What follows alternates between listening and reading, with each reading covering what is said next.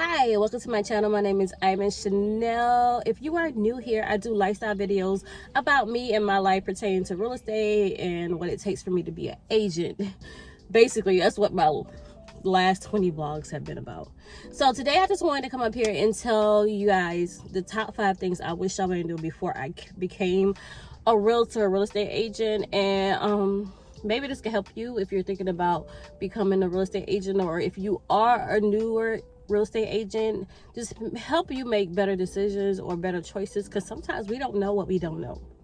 So without further ado, the first thing, my number one, and these are in no particular order, but the first 2 are like, they're up there. The first one is, real estate is expensive. Like, people don't think of a real estate when people say they want to be a real estate agent, they don't think about themselves as business owners. But when you're saying you want to be a real estate agent, you're saying you want to be a small business owner, and it takes money to make money. So the fees, the cost of real estate up front, is one of the things I didn't know. I mean, I knew you had to pay fees, but I didn't know you had to pay for other stuff, because it's basically like running a small business. You have to pay for the class, you have to pay for the test, you have to pay to get your fingerprints. What are some other fees? You have to pay to join the MLS, and then you also have to pay to join CAR, or like the Association of Realtors, depending on what brokerage you pick. You also have to pay monthly fees to the brokerage that you're under, and then the education that you got in school is not up to par. You're gonna need more education, so you have to pay for continuing ed just to be, I feel like, a better realtor. That's if the education part, I'll double back on that when I talk about point number 2. But it's so many fees that you do not see in real estate. So my advice would be, make a business plan. Make a business plan before you even start. Before there was ever a day where make a business plan, and just come up with a roundabout number that you're gonna need to start the business, and then take that number and probably multiply it by 2 or 3, because you want to give yourself enough cushion in case you don't get a sale right away, the market shifts, whatever. You want to be prepared as much as you can, because sometimes you just can't prepare for everything, but a little umbrella will help. So the biggest to my first point is the cost, the underlying cost of being a realtor or a real estate agent. Is the financial hardship up front. You're investing into a small business, and that you might not see a return on as quickly as you would like. Point number 1.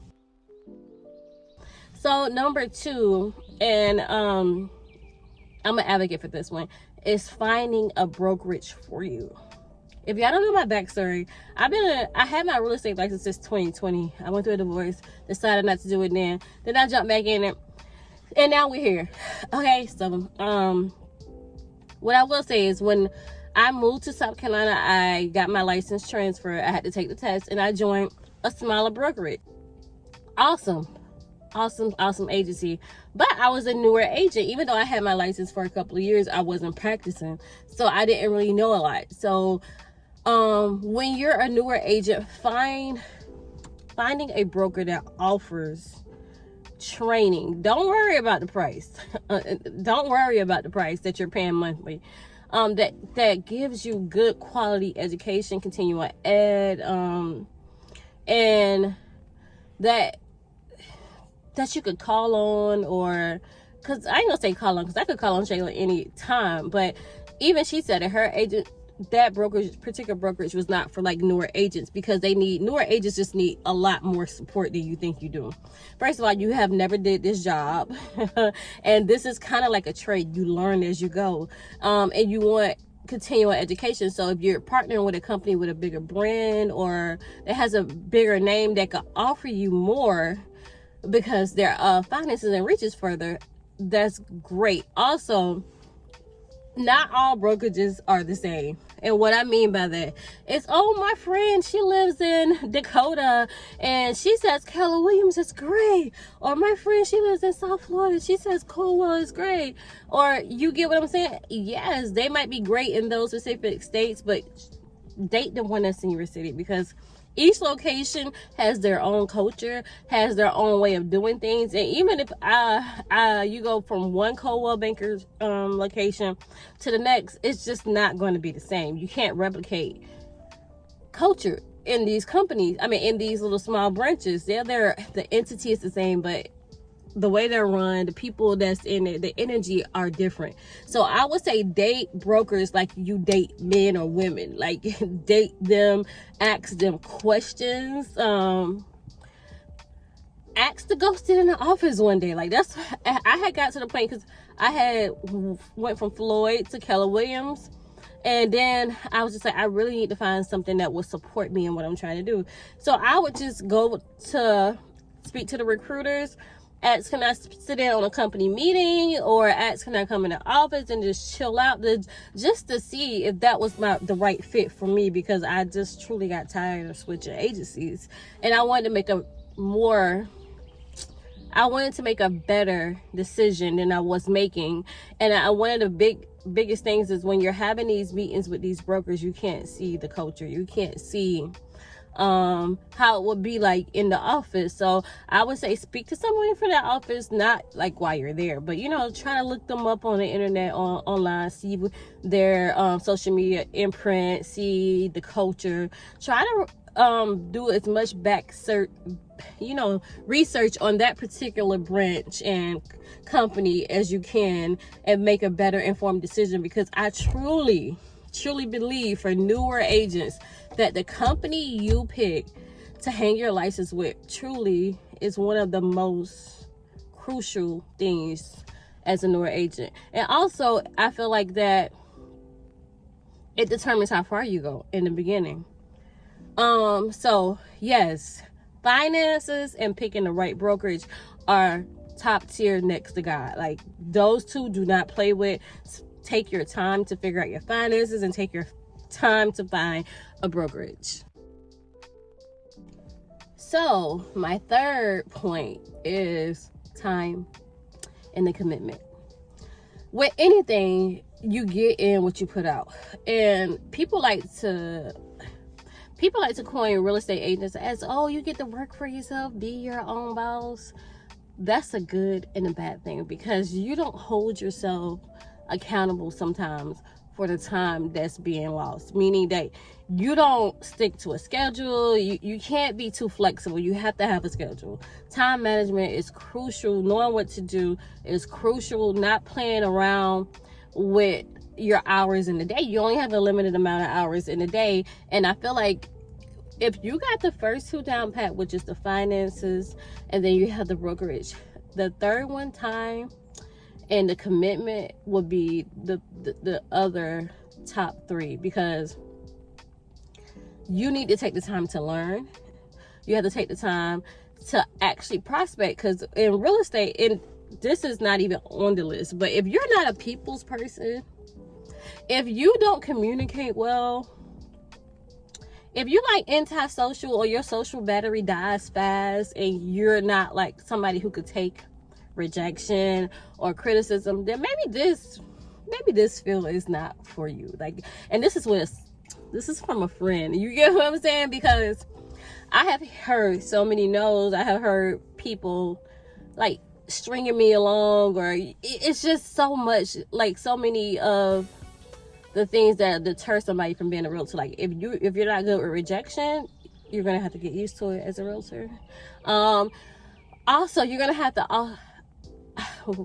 I feel like one of the things that I had to get used to with the commitment and time management is also like being a high achiever and not being able to achieve so much so fast.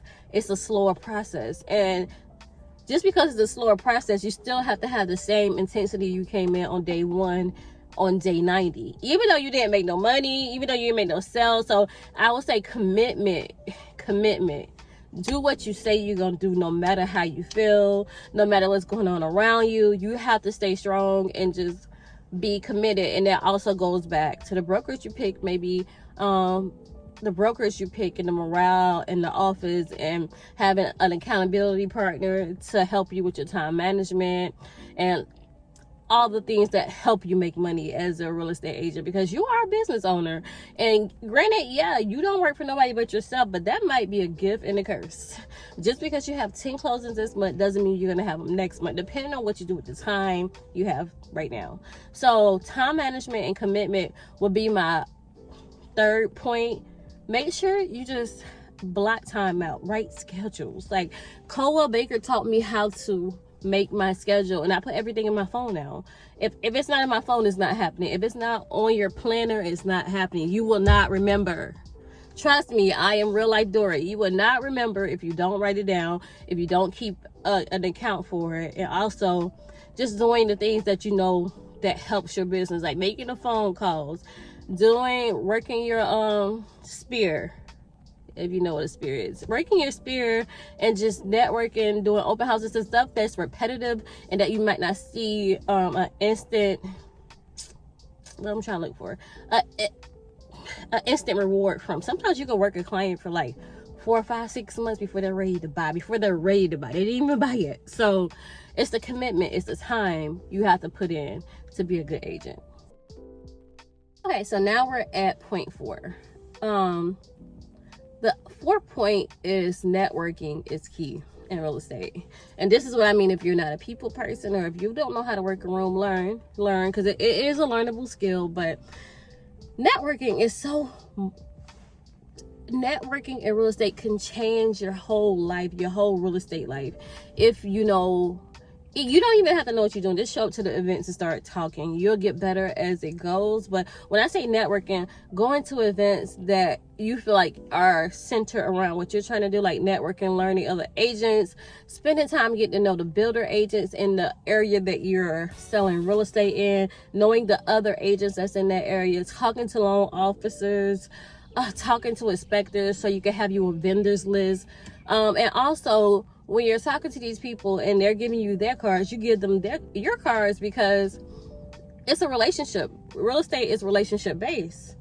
So you can't be a top selling agent without relationships, without a network. So building your network, working your spear, showing up to events and doing charity works. And it might sound all corny and goofballish right now, but honestly, that does change your trajectory in real estate. And also being a part of a community. Don't get into real estate and don't try to be a part of the real estate community. Like going to the events, taking on the challenges that are near and dear to realtors, like commission splits and everything that's going on with the NAR, having your voice heard, joining groups that so we have the Coastal Carolina Association of Realtors, and within that organization, they have groups called like the YPN, the leadership role. You could be on different councils. So I feel like opening your eyes up to different councils, because what that does is exposes you to other people on different levels, and y'all get to mingle and talk. And when you start surrounding yourself with top producing agents or people who think a little differently, it opens you up to a different level. So networking is number 4. So I just want to elaborate on the brokerage for my number 2. When you're a newer agent, nobody knows who you are. Nobody knows you're the first. Nobody knows who you are. So you're going to rely heavily on your brokerage and their reputation and their name. Because although your name doesn't hold weight, you want your brokerage names to hold weight. That's why people join Keller Williams. That's why they join bigger companies, because they're not known, but the company and its reputation is known. The company and its reputation precedes them. So as a newer agent, you want to try to find a brokerage that has a good name, has great training programs, because you're going to need it, that has a good cultural fit for you. Like I said, not all brokerages are created equally, even if they're of the same company or brand. If you go down the street, one Keller Williams is totally different from another one. So for point number 5, I think it's all of them. I'm just going to sum them all up. Real estate is more about people than properties. Building relationships, cultivating relationships, and learning how to, I don't want to say monetize, but actually make money off of these relationships. Another takeaway is also budgeting. It's a business. Real estate is a business. This is your business. Budget accordingly. When you get those checks, put money away. Don't throw them. Don't go out and buy a Louis. Don't go out and buy some crazy, because first time realtors always do, when they get a big check, they go buy crazy stuff.